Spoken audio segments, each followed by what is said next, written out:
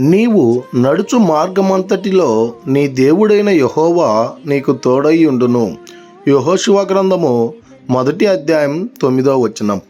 ప్రియమైనటువంటి దేవుని బిడ్డలారా, ఈ ఉదయకాల సమయంలో నువ్వు ఏ మార్గములో నడుచుకుంటున్నావో ఆ మార్గం అంతటిలో కూడా ఆ యేసుక్రీస్తు ప్రభుల వారు నీకు తోడుగా ఉంటాడని చెప్పి దేవుని మాటలు ఈ ఉదయకాల సమయంలో తెలియబరుస్తూ ఉన్నాయి.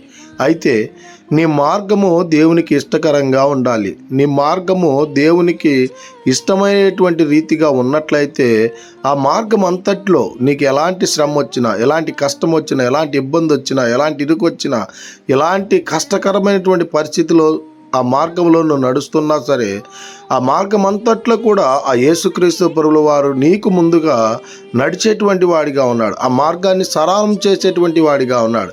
అయితే నువ్వు ఎలాంటి మార్గంలో నడుచుతూ ఉన్నావు? ఈ ఉదయకాల సమయంలో పాపం అనేటువంటి మార్గంలో నువ్వు నడుస్తూ ఉన్నావా? అన్యాయకరమైనటువంటి మార్గంలో నువ్వు నడుస్తూ ఉన్నావా? ఈ లోకానుసారమైనటువంటి మార్గమును విడిచిపెట్టి ఆ యేసుక్రీస్తు ప్రభుల వారు చూపించినటువంటి మార్గంలో గనుక నువ్వు నడిచినట్లయితే ఆ దేవాది దేవుడు నిశ్చయముగా నీకు తోడై ఉండేటువంటి వాడిగా ఉన్నాడు గనక ఈ దిన వాక్యం ద్వారా దేవుడు బలపరచును గాక.